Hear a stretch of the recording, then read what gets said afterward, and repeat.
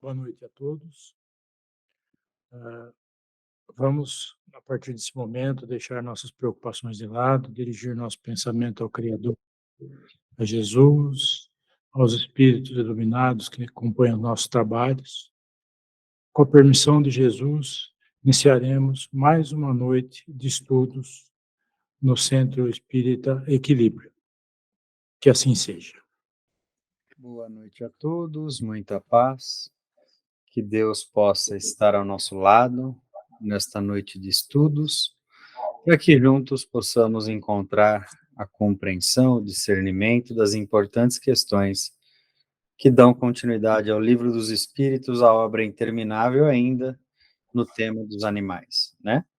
Então paramos aqui na página 93, na questão 135.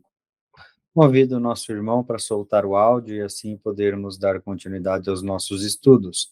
Lembrando que caso haja dúvidas, por favor, pode parar, perguntar, que teremos o maior prazer em esclarecer. 135. Os animais possuem sentimentos primitivos? Algumas espécies já os possuem. O sentimento é o antecessor da consciência. Nota: os sentimentos antecedem a consciência e andam em paralelo com a inteligência. Os animais mais desenvolvidos intelectualmente são também mais desenvolvidos emocionalmente. Dessa forma, são capazes de possuir sentimentos semelhantes aos dos humanos. Porém, por não possuírem a depuração completa do livre-arbítrio, não possuem a consciência completa.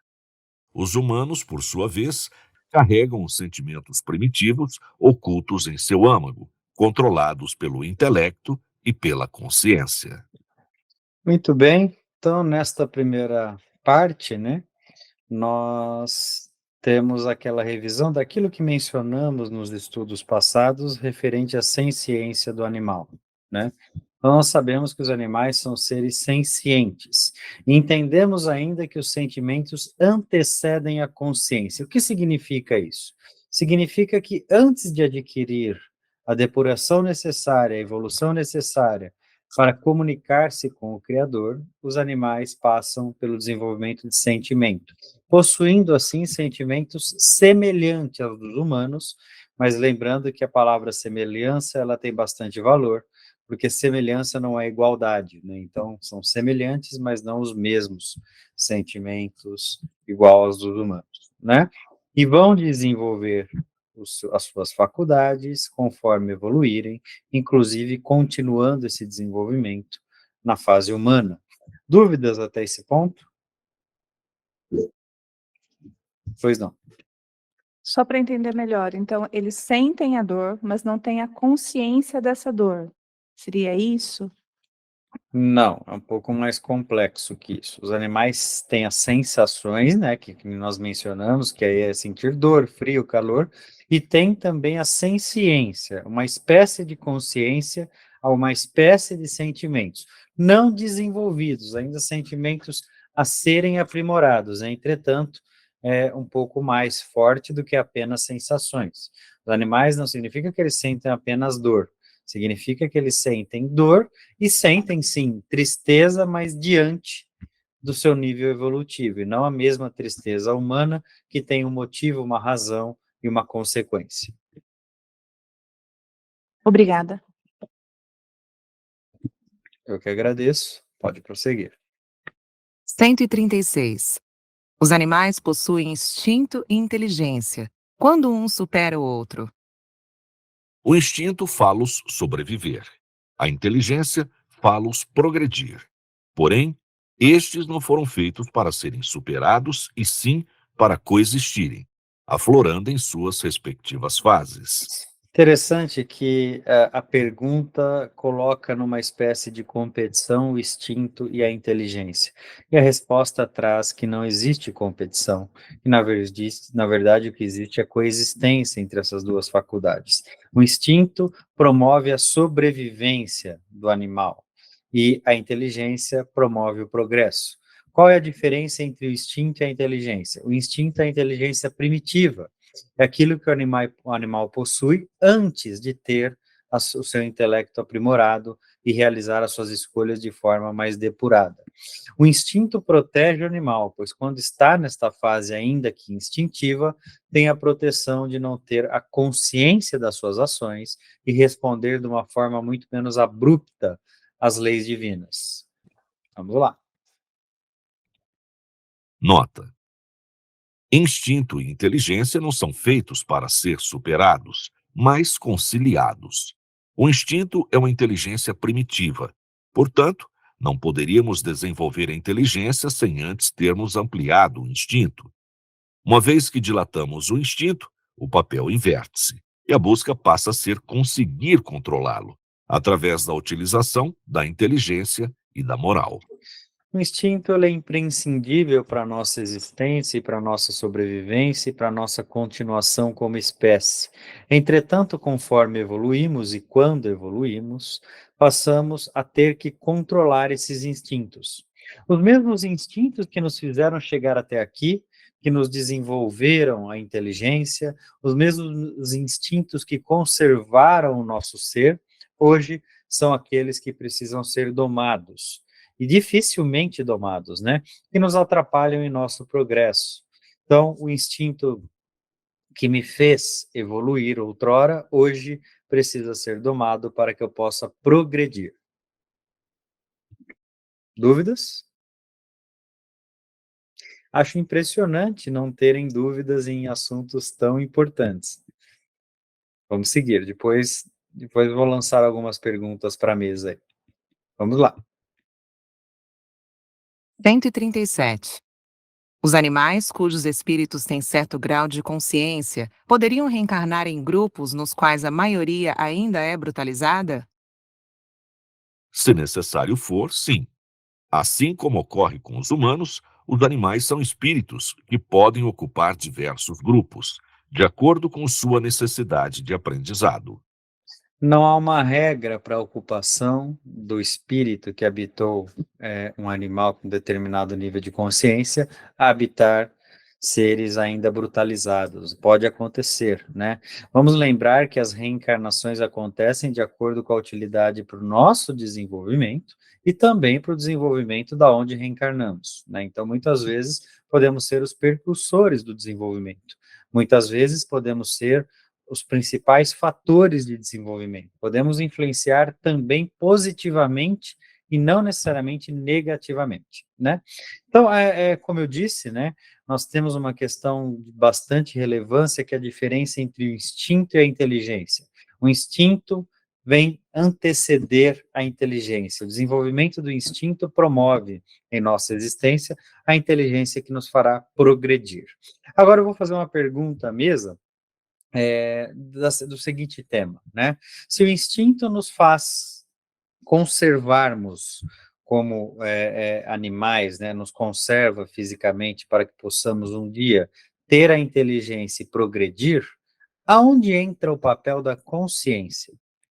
Consciência entra para discernir o certo do errado, porque normalmente para nós nos preservarmos, o egoísmo predomina, porque eu preciso preservar a minha espécie. Então, não tem essa balança de saber o que está certo e o que está errado, onde a consciência traz isso, de termos consciência que não é só a nossa sobrevivência, mas a do todo.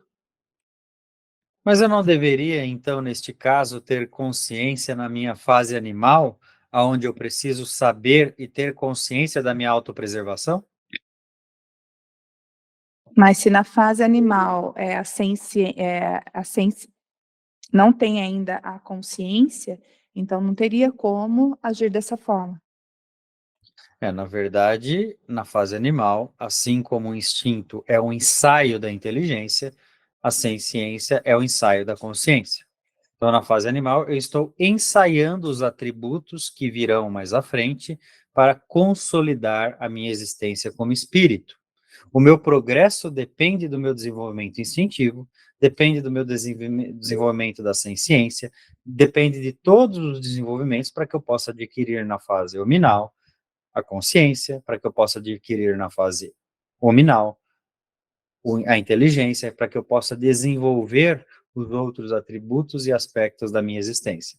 Pois não? Não, é porque no Tratado de Cambridge, né, aqueles neurocientistas, eles, na verdade, fizeram uma declaração de que os animais possuem consciência, ou seja, eles têm todas as estruturas neurológicas, né, que dá essa. Eu não sou da área, né, eu tô falando, assim, o que eu já li, estou até pegando um resumo aqui do tratado, então eles falam que a conclusão, né, desses neurocientistas é de que os humanos não são os únicos animais com as estruturas neurológicas que geram a consciência. Bom, vamos entrar em mais profundidade, irmã Andréa. Aqui temos na minha frente o Tratado de Cambridge. Vamos ler o que ele diz. A ausência de um neurocórtex não parece impedir que um organismo experimente estados afetivos. Evidências convergentes indicam que os animais não humanos têm os substratos neuroatômicos, neuroquímicos e neurofisiológicos de estados de consciência, juntamente com a capacidade de exibir comportamentos intencionais. Consequentemente, o peso das evidências indica que os humanos não são os únicos a possuir os substratos neurológicos que geram a consciência. Animais não humanos, incluindo todos os mamíferos e as aves, e muitas outras criaturas, incluindo polvos, também possuem esses substratos neurológicos. Quando o tratado nos diz isso, ele diz que o animal tem os ingredientes necessários para possuir a consciência, mas não propriamente a consciência desenvolvida. Por isso que ele cita substratos neurológicos, né? Então, é importante, porque a interpretação, ela entra numa fase crucial entre o debate, principalmente daquilo que constrói o nosso pensar, né? E esse debate de construir o nosso pensar na fase animal não é de subjugação, dizendo que os animais não têm importância e não têm qualquer relevância. Pelo contrário, é colocar a fase animal como uma etapa do todo em seu desenvolvimento, entendendo, como a ciência comprovou, que eles têm substratos neurológicos suficientes para um dia adquirir a consciência depurada. Vamos prosseguir? Eles poderiam, ao longo da nova encarnação, ser exemplos para aqueles ainda brutalizados? Não só podem, como são. Nota: não existem humanos evoluídos encarnados em planetas em evolução? Acontece da mesma forma com os animais. Bom, aqui nessa pergunta, né, os encarnados perguntam aos espíritos se os animais poderiam também, ao longo de uma nova encarnação, ser exemplos para aqueles que são mais brutalizados. E aí, é aquilo que eu disse, acabei de dizer, não só pode como são. Então, os animais podem também influenciar positivamente na sua nova encarnação, sendo o chamariz da evolução e não propriamente o chamado, né? Então, vamos interpretar como algo que vem para somar no seu grupo e não propriamente apenas sugar e dividir.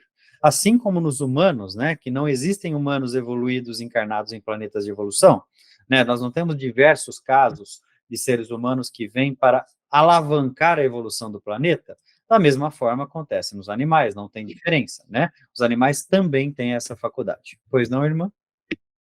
Olá, boa noite, irmãos. Irmão, os animais, eles não aprendem pela consciência, mas pela observação, não é? É por repetição que eles aprendem com os mais evoluídos.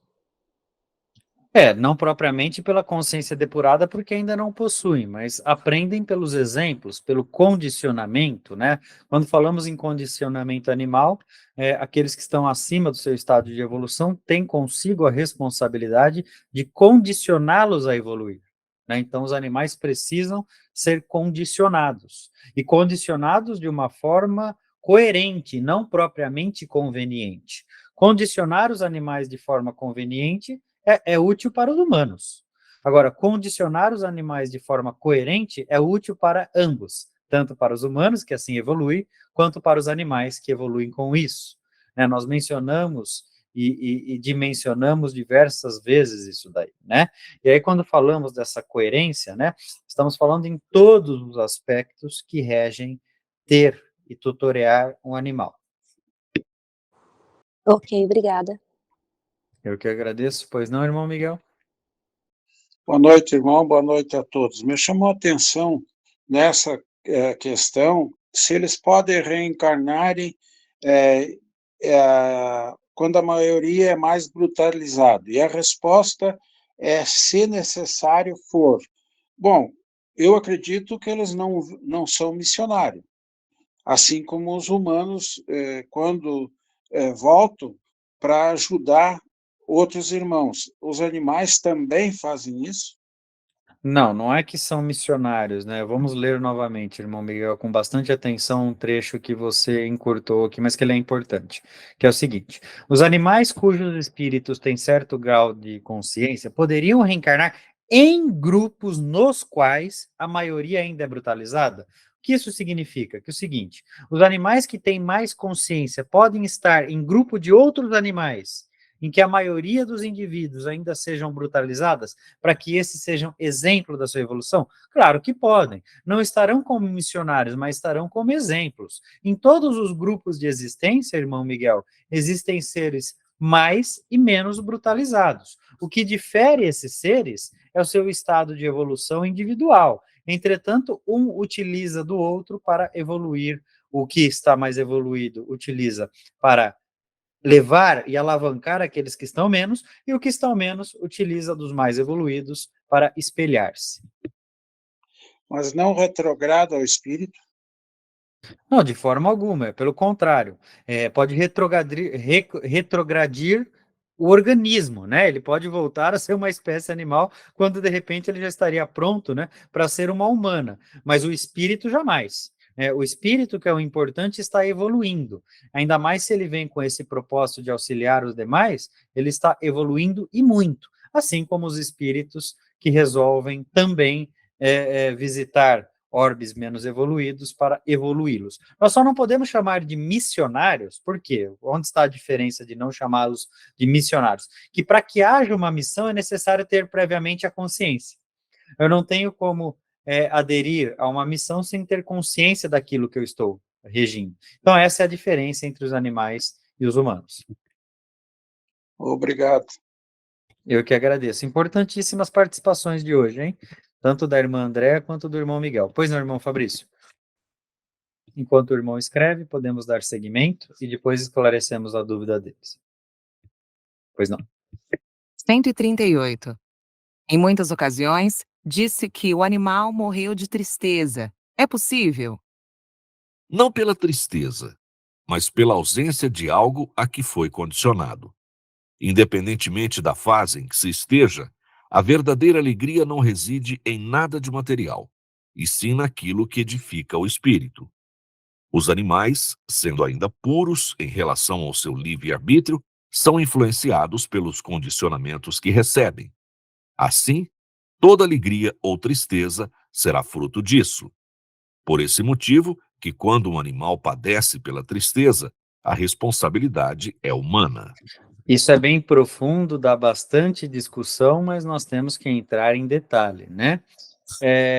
Se eu tenho um animal em que eu condiciono a felicidade dele, que eu condiciono, ou melhor, vou usar outro termo, o bem-estar dele, apenas a minha presença, quando eu falto, esse animal sofre, eu não sou responsável?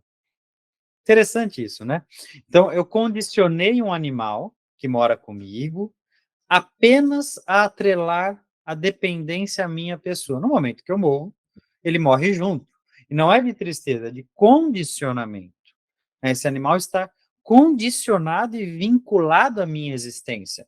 Eu não dei a ele a oportunidade e a possibilidade de apegar-se a outras pessoas, a outros animais. Eu não dei a ele a possibilidade de ser e estar bem em outras situações. O meu egoísmo foi grande. Eu condicionei o bem-estar dele à minha presença. No momento que eu falto, esse animal sofrerá. Então é importante na tutoria eu entender que os animais não podem depender apenas de mim, que eles devem ter diversas redes de apego. Da mesma forma que eu crio meu filho para o mundo, eu crio os meus animais para o mundo. Na minha ausência, eles devem continuar. Ainda o meu filho Por mais que eu apegue a ele, que eu condicione, que eu seja egoísta, ele terá o discernimento de entender um dia que ele não deve estar apenas atrelado a mim. Os animais têm essa dificuldade, porque se eles foram previamente condicionados a isso, eu estou fazendo mal a ele ao invés de bem. Então é interessante o poder do condicionamento. Muitas coisas condicionam. As pequenas ações, os exemplos condicionam. Os animais, portanto, são o tempo todo condicionados através da condução que os tutores dão a ele. E assim poderão ser mais ou menos felizes, mais ou menos dependentes, mais ou menos independentes. Pois não. E mais ou menos eles usarem todos os sentidos para reconhecer as pessoas através do faro, através do tratamento, tudo isso faz com que eles reconheçam outras pessoas. Com certeza, às vezes eu até vejo tutores reclamando que os animais tornaram-se agressivos e que existem algumas raças de animais que são agressivas. Eu discordo disso tudo, tá? Eu acredito que existem animais, indivíduos que são mais agressivos por má gerenciamento de tutoria, né? Eu sei que alguns animais têm a tendência em serem mais instintivos. Entretanto, a agressividade será se eu permitir a afloração desse instinto. Eu não devo, portanto, extinguir uma raça ante a outra por conta do seu prévio comportamento. Todo comportamento animal tem consigo e traz consigo a responsabilidade da tutoria humana. Concordam comigo ou não?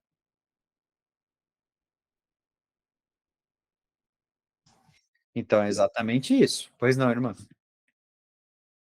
Tanto que é interessante no tratamento que nós fazemos aqui na casa, que dá para observar mais de perto, que os animais acabam até se assemelhando ao dono, que o comportamento fica até parecido, da expressão, de comportamento, é muito interessante isso.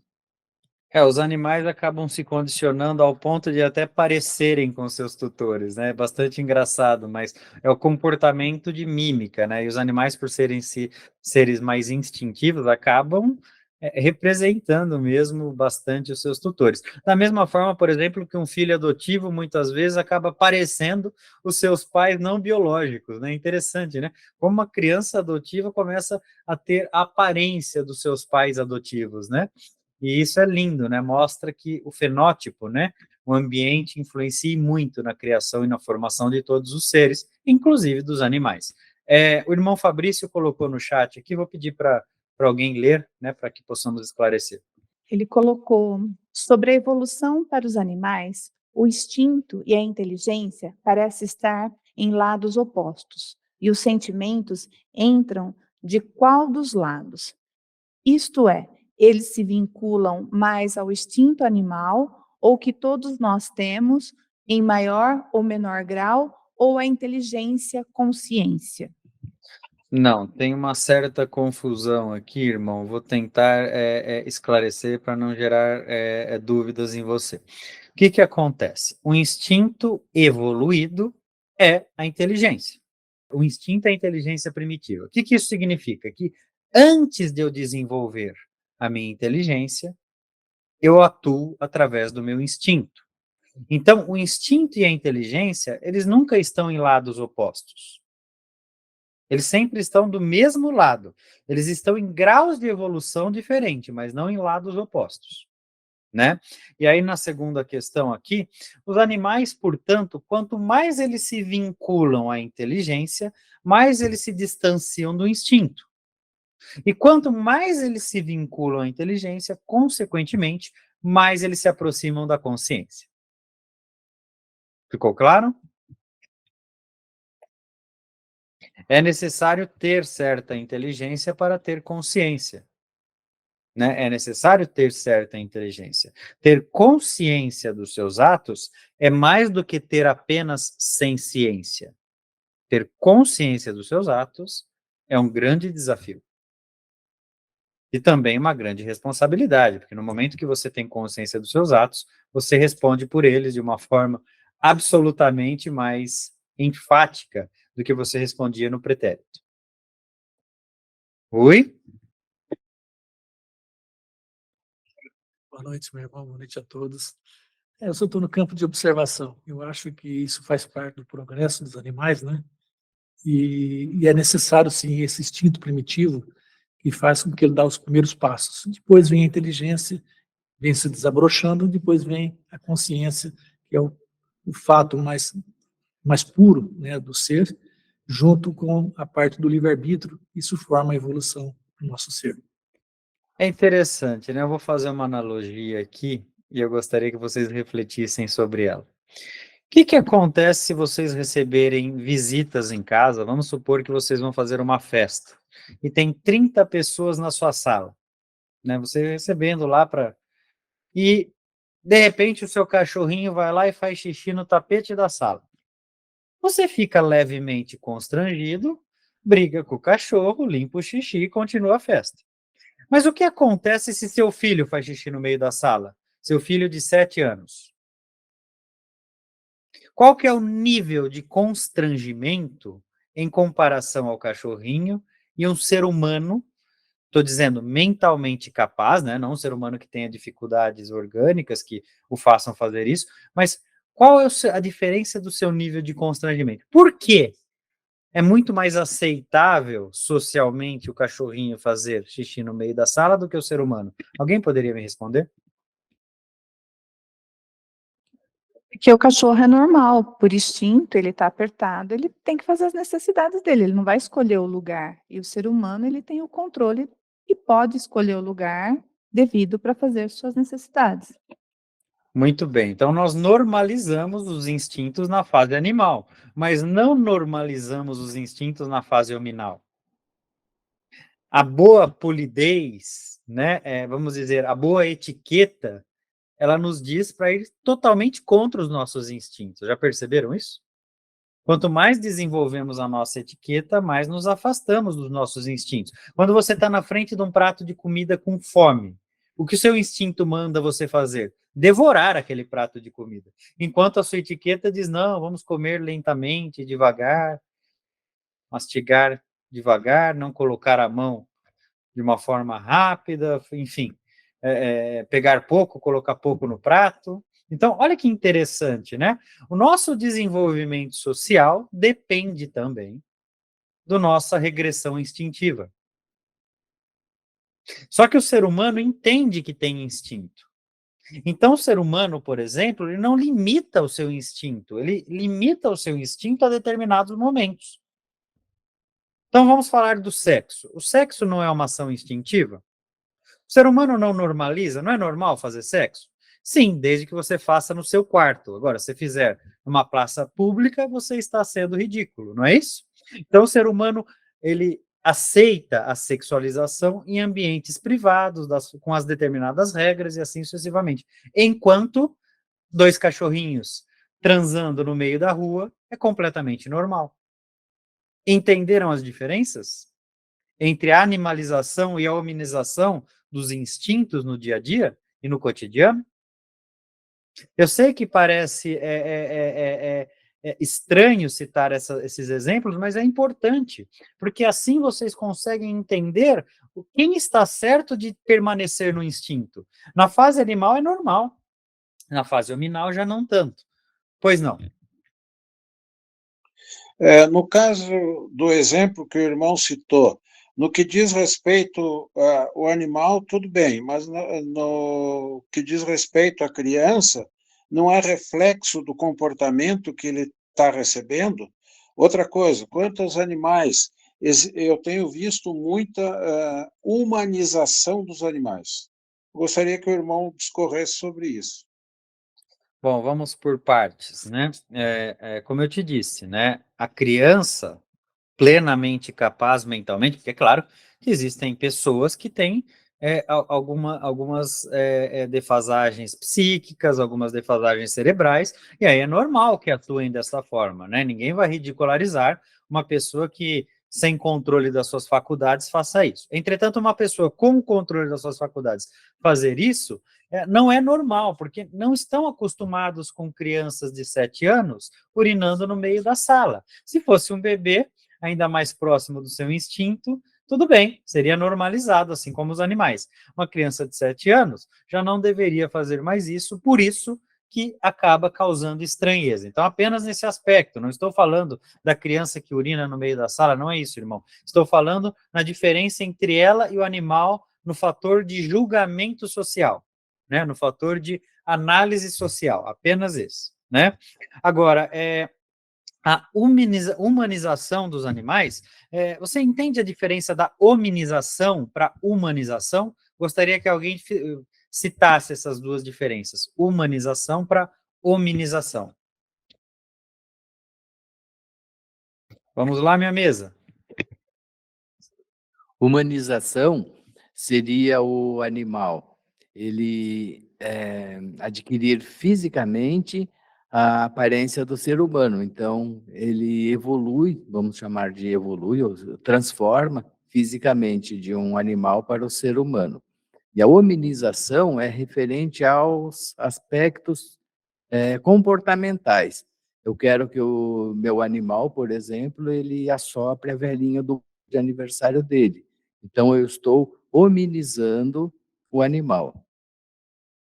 Tá, então entendemos que a hominização é comportamental, enquanto a humanização é a transformação do animal em pessoa, né? A humanização não acontece, apesar de, com o convívio humano, os animais acabam também adquirindo algumas características parecidas, né? Alguns comportamentos parecidos, né? Mas é muito mais a hominização do que a humanização, né? É muito mais relacionado ao comportamento do que à aparência física, né? Um papagaio não parecerá um ser humano.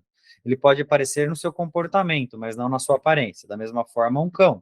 Entretanto, com o passar dos anos, né, o cão que só dorme, por exemplo, em sofá, com milhares de anos de evolução, pode adquirir uma intolerância ao chão duro. Assim como qualquer outra espécie humana, ao passar de milhares de anos, pode adquirir algumas características, algumas facilidades e algumas dificuldades. Né? Então, hoje, quando você pega a flexibilidade, por exemplo, do ser humano moderno, e quando você pega a flexibilidade do Homo sapiens, é absurda a diferença. Quando você pega o comprimento dos membros superiores, dos braços, do Homo sapiens versus o comprimento dos membros do humano moderno, é absurda a diferença. Então, já há algumas modificações físicas por conta do comportamento. Hoje eu não preciso mais pegar a maçã no alto da árvore. Eu já pego ela no supermercado, na prateleira, na minha frente. Né? Hoje eu não preciso ter tanto pelo no corpo, de uma forma geral, porque eu não estou tão exposto às intempéries. Então, é normal que alguns humanos nasçam com uma quantidade menor de pelos e que, em sua maioria, né, os humanos tenham menos pelos cada vez mais. Hoje, por exemplo, eu não preciso ter a flexibilidade que eu tinha, porque era necessária para eu sobreviver. Eu tinha que entrar num buraco desse tamanho dentro de uma caverna para poder me alojar, me abrigar do inverno rigoroso. Hoje não. Hoje eu não preciso nem amarrar meu tênis. Já tem sapato sem tênis. Né? Então, olha como isso vai encurtando, vai modificando, né, o ser humano com o passar dos milênios. E aí são muitos anos, né? Não é um ano, dois, três encarnações que muda isso, né? Não é isso. São milhares de anos de evolução que fazem, por exemplo, que o ser humano hoje, da forma que ele era aquele ser que tinha rabo no passado. Bom, irmã, há dias atrás eu vi uma festa de aniversário de uma cadelinha vestida tipo humano. Isto é hominização ou humanização? Isso é hominização. Eu estou dando a uma cadela um comportamento, uma vestimenta humana, né? Então, eu quero... Mas eu entendo, vamos dizer assim, eu entendo a boa intenção dos humanos quando fazem isso. Eles querem tratar o animal, muitas vezes, como membro da família, querem aproximar o animal dos seus entes queridos e assim sucessivamente. Mas isso acaba prejudicando os animais, porque eles não são felizes sendo humanos, eles são felizes sendo animais. Né? A cadelinha ela é feliz sendo cadelinha, ela precisa ter o seu tempo de ar livre, o seu tempo de exercício, o seu ambiente de cavar, de correr, de brincar, a sua alimentação diferente do que apenas aquilo que é processado. Enfim, ela precisa ter acesso ao que ela teria na vida natural. Obrigado. Do mesmo jeito, por exemplo, a medicina moderna vem ensinando, né? Então, o ser humano, ele descobriu que uma academia, por exemplo, pode substituir os movimentos livres, né, que eram realizados na natureza. Então, o que o ser humano descobriu? O ser humano descobriu que ele precisa ir à academia e fazer musculação para fortalecer os seus músculos, não ter as dores nas costas e tudo mais, e substituir os movimentos livres. Mas aí a ciência moderna já trouxe para o ser humano que não substitui. A academia aumenta a massa muscular, mas ele precisa continuar com os movimentos livres para que não perca suas capacidades do dia a dia. Né, para que possa continuar agachando, para que possa continuar pulando, enfim. Ele pode fazer a musculação como algo que o ajude, mas precisa ainda dos movimentos livres. Olha que interessante. Então, perceba que nós vamos, com a tecnologia, com a evolução, nós vamos melhorando aquilo que nós deveríamos fazer naturalmente, ou que nós fazíamos naturalmente para manter os nossos corpos saudáveis. Né? Então, fala-se hoje, por exemplo, em queima de massa gordurosa, em aumento de massa magra, fala-se hoje em alimentação saudável, balanceada, em consumos de proteínas, em diminuição de carboidratos, tudo aquilo que nós já teríamos na natureza, na nossa existência natural. Então, por mais que tenham passado muitos anos e nós tenhamos evoluído alguns aspectos, nós somos, todavia, dependentes umbilicalmente de alguns aspectos primitivos. Nós precisamos e temos ainda as mesmas necessidades, algumas das mesmas necessidades, que o Homo sapiens. Por exemplo, como reservar gordura no verão para poder queimar no inverno. Olha que interessante isso. Né? Se nós analisarmos até a nossa forma de procriação, é a mesma. São as mesmas ferramentas de procriação de mais de 70 mil anos atrás. Você vê como demora o processo de modificação? Quando nós pegamos, então, 4 mil anos para cá, o corpo humano é idêntico. Não tem diferenças de 4 mil anos para cá, não tem diferenças. Jesus tinha aparência de 2 mil anos atrás de qualquer árabe da atualidade. Interessante isso, né? É claro, não tinha tantos recursos, tantas ferramentas, né? Talvez um siso a mais, vamos dizer assim, mas, de uma forma geral, as mesmas características. Os problemas físicos eram idênticos, as pessoas tinham as mesmas suscetibilidades aos mesmos problemas físicos. Né? Ficavam enfermas, não conheciam o nome da enfermidade. Então, ficava doente e morria. Mas morria do quê? Hoje chamamos de câncer. Naquela época não sabia o que era. Tinha um infarto, naquela época não sabia o que era. Padeciam na primeira sucumbência, né? Porque não tinham recurso para resgatar e prolongar a existência. Não tinha o conhecimento médico, por exemplo, que chegasse o irmão e dissesse o seguinte: se você sentir uma dor do lado direito da sua barriga, pode ser apêndice. Então, corra para o hospital. Não tinha esse conhecimento. A pessoa sentia uma dor do lado direito da barriga, tomava o chazinho e esperava que Deus a melhorasse. E, na maioria esmagadora dos casos, morria pelo vazamento das bactérias do seu intestino. Olha que interessante. Hoje, sabe-se como prevenir. E quando você pega a medicina e a evolução da medicina, falamos de questões absurdamente recentes. Quando voltamos 200 anos, por exemplo, 300 anos, estamos falando, por exemplo, de uma taxa de mortalidade em partos, nós já mencionamos isso aqui, de 1 para 4, 2 para 4.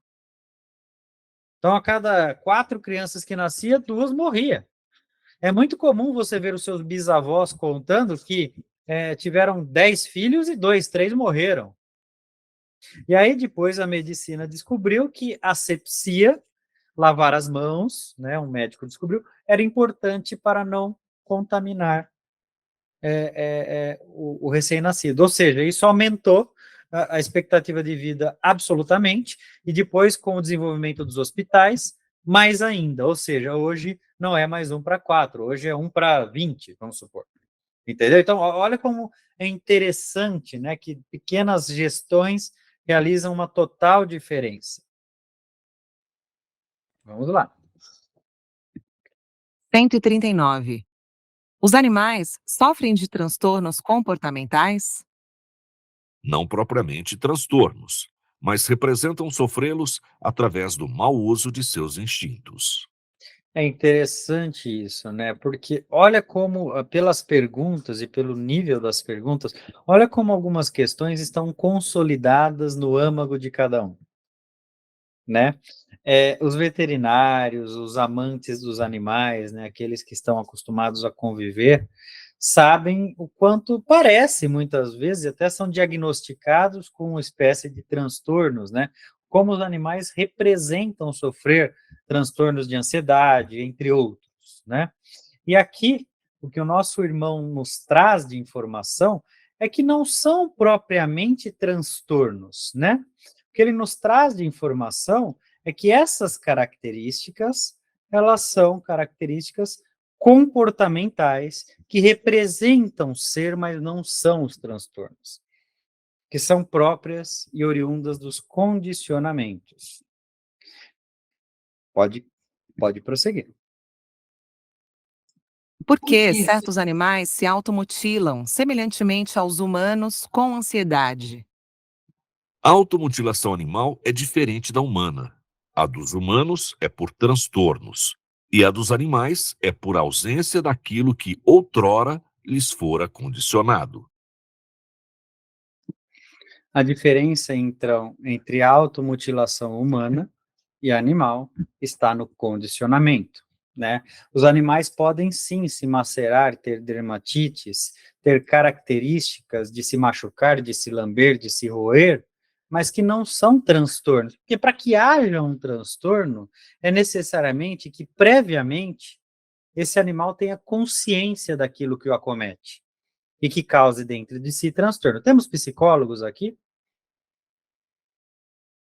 né? Então temos alunos, né? Então vou fazer um debate aí com a irmã aluna para que a gente possa chegar a uma conclusão. Necessariamente, estou fazendo uma afirmação, quero que você contradiga. Necessariamente, para que haja um transtorno, eu tenho que ter consciência?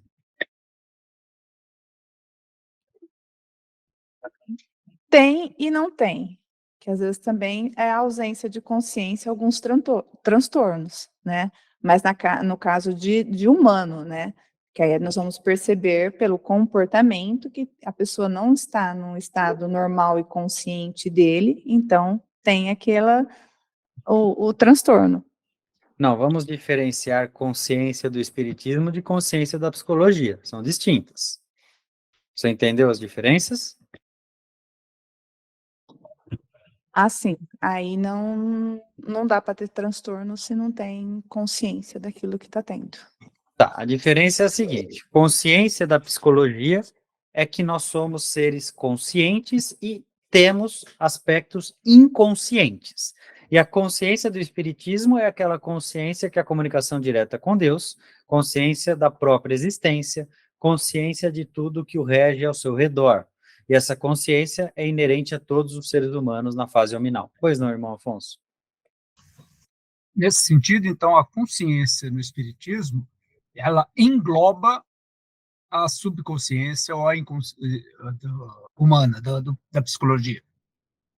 Com certeza, né? Dentro da consciência do espiritismo, né, aquela consciência que o espiritismo explica, que é a comunicação direta com o Criador, nós temos dentro dela a consciência humana e a inconsciência humana, né? Quando eu digo inconsciência, significa não ter acesso nas camadas mais superficiais a determinadas informações, seja por trauma, seja por transtorno, seja por qualquer uma das situações. Entretanto, eu não tenho acesso, não significa que eu não tenha no meu espírito, que eu não tenha consciência disso de uma forma geral. Entenderam a diferença?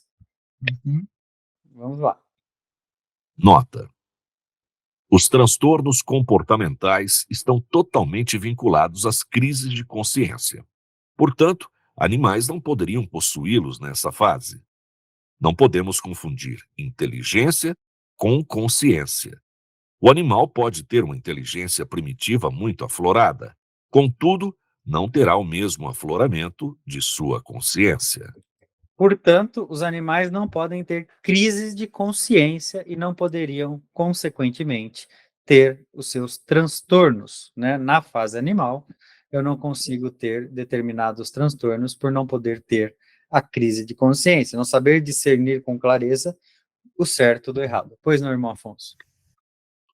Há alguns transtornos que são, hoje a psiquiatria mostra que são orgânicos, é falta de algum produto,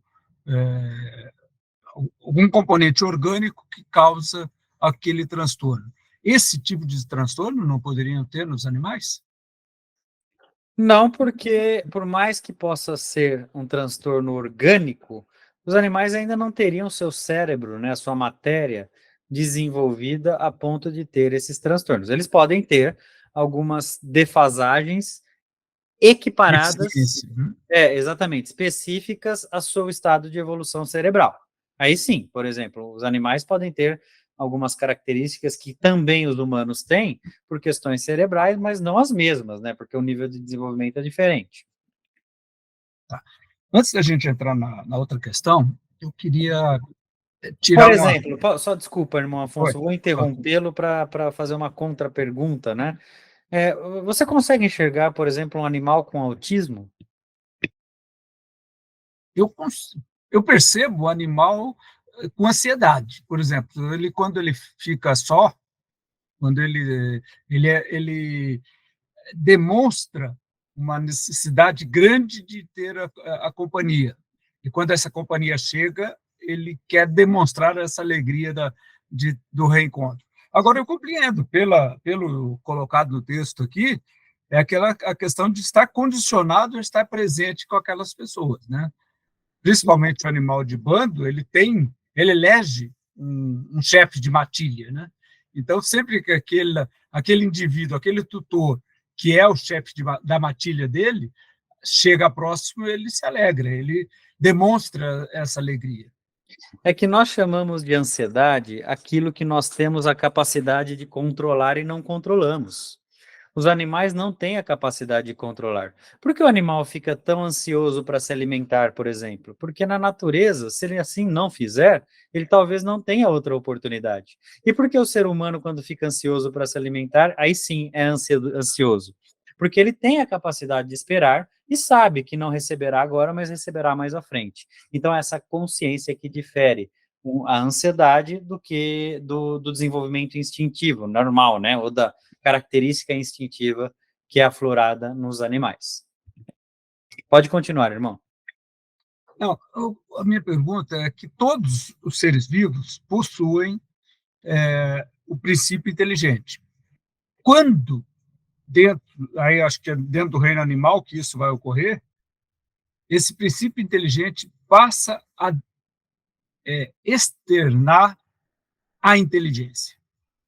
Na transição da fase animal para ruminal, né, a inteligência externada, ela pode ser vista em alguns animais, entretanto, ela vai se elaborando e se lapidando já na fase hominal, com maior precisão, que é aquela inteligência consciente. Os animais são muito inteligentes, mas diante do seu estado evolutivo, e não é o mesmo tipo de inteligência dos humanos. Mas quando você pega alguns animais, irmão Afonso, vou dar o exemplo dos macacos prego, por exemplo. Os macacos pregos, aqueles macaquinhos pequenininhos, são capazes de utilizar ferramentas, né? Então, eles sabem que uma ferramenta, por exemplo, um martelo para bater num prego, é importante. Como ele descobriu isso? Sabendo que um pedaço de pedra poderia quebrar a noze que ele se alimenta. É interessante isso.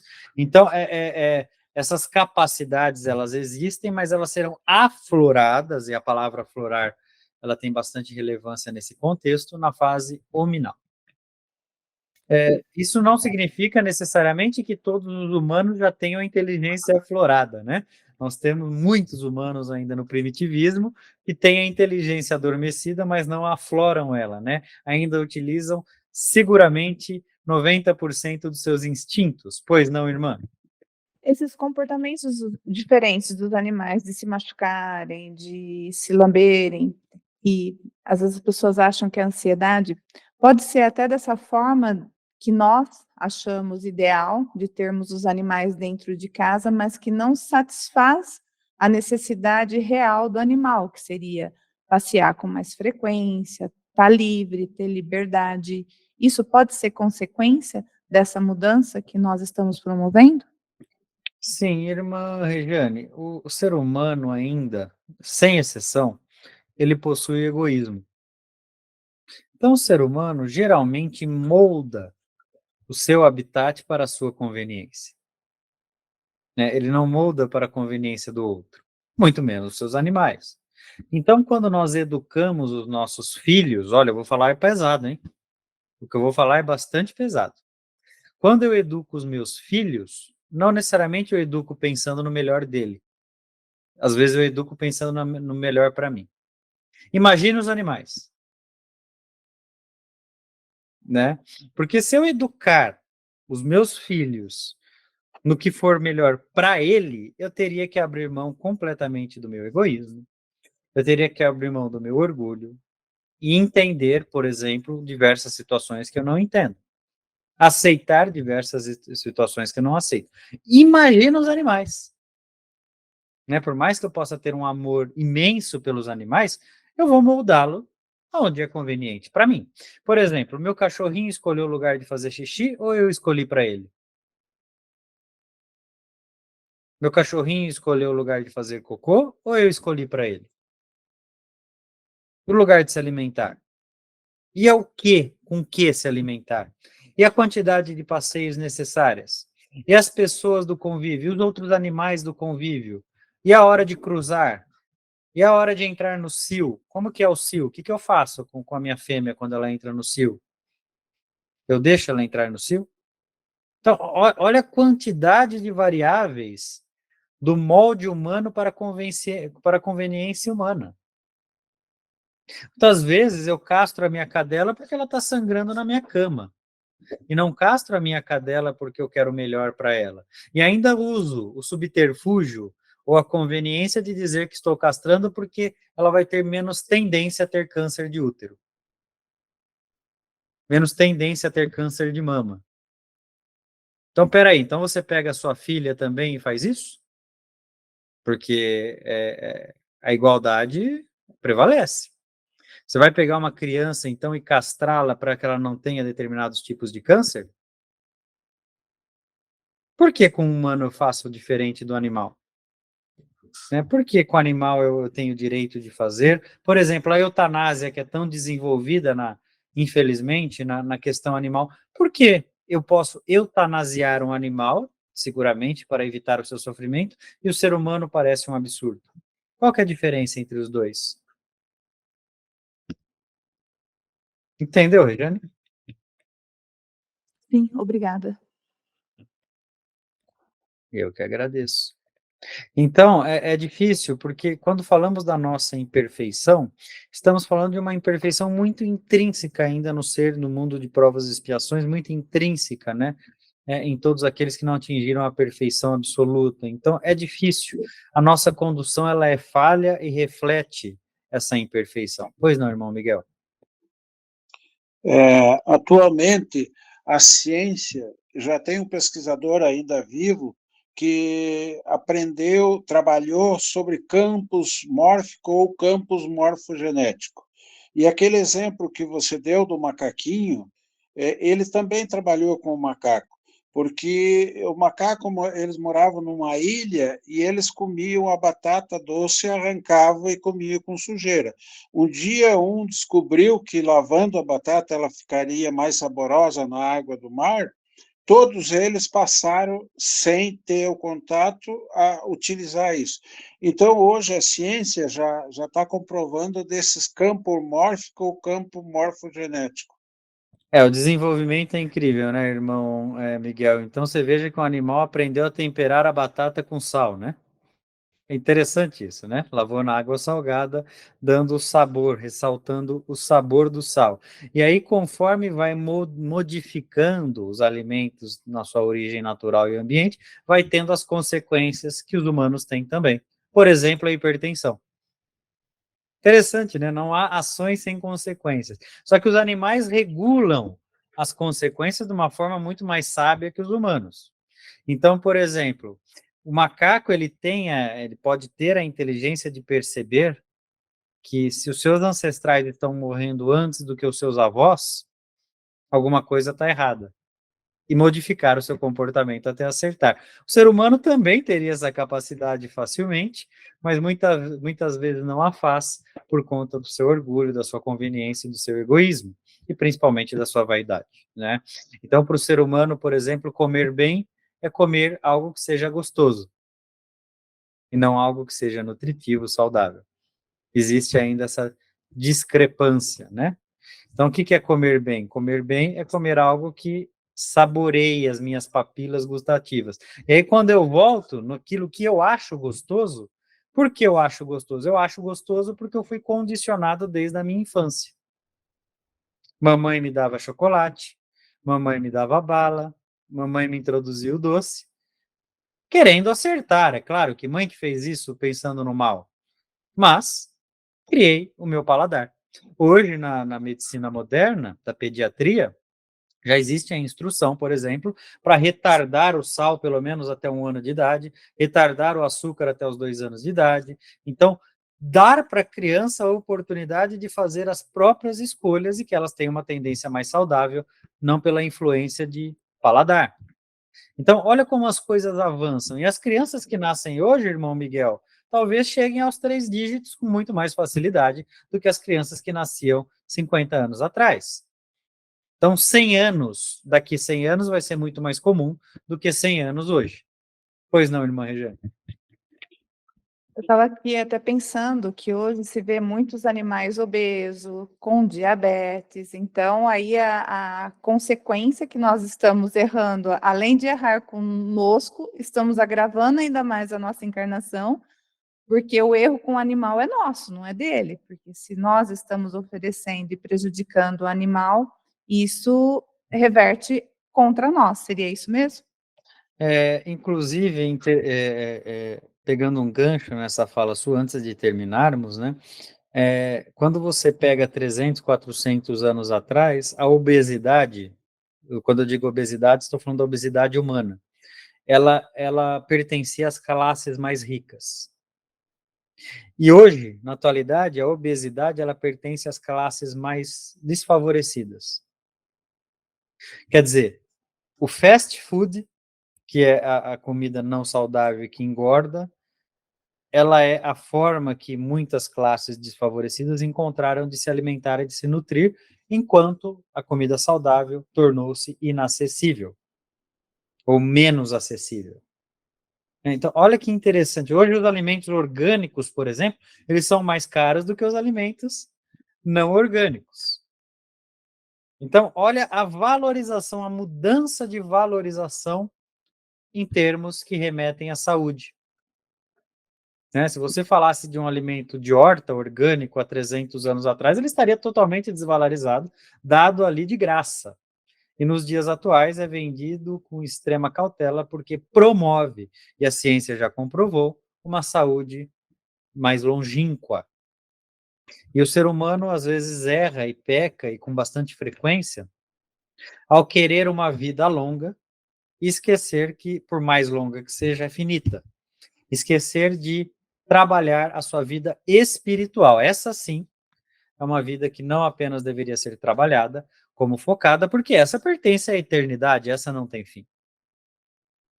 E com esses ditames, né, de focar no nosso lado espiritual e deixar o lado material, claro, focado também, mas com menos ênfase do que o espiritual, fica a nossa mensagem para reflexão. Não se esqueçam que você pode ter a vida um pouco mais longa que os demais, mas ainda assim ela é finita. Entretanto, o seu espírito é eterno, então preserve-o, cultive-o e trabalhe sempre a caridade e o amor, que estarão no caminho certo. Muito obrigado, que Deus possa abençoá-los. Pois não? O irmão ficou devendo a resposta da obesidade dos animais que a Rejane pediu. Bom, quanto à obesidade dos animais, ela é um reflexo do comportamento humano, né? A obesidade... Podemos deixar para outra aula. Não, mas vale a pena. Eu não gosto de deixar ninguém sem respostas, os irmãos já sabem disso. A obesidade animal é reflexo do comportamento humano. O animal não engorda sozinho, sendo que você que dá comida para ele. Entenda isso. A castração engorda os animais. Errado. Quem engorda o animal é o tutor. E quando os animais não têm tutores, eles geralmente regulam com bastante maestria o seu peso corporal. Satisfeitos? Agradecido a Deus por mais essa oportunidade. Obrigado por me lembrar, irmão Miguel. As centenas de anos nos vão deixando um pouco mais esquecidos. Que Deus abençoe cada um de vocês e possa perpetuar o amor no coração. Fiquem com Deus.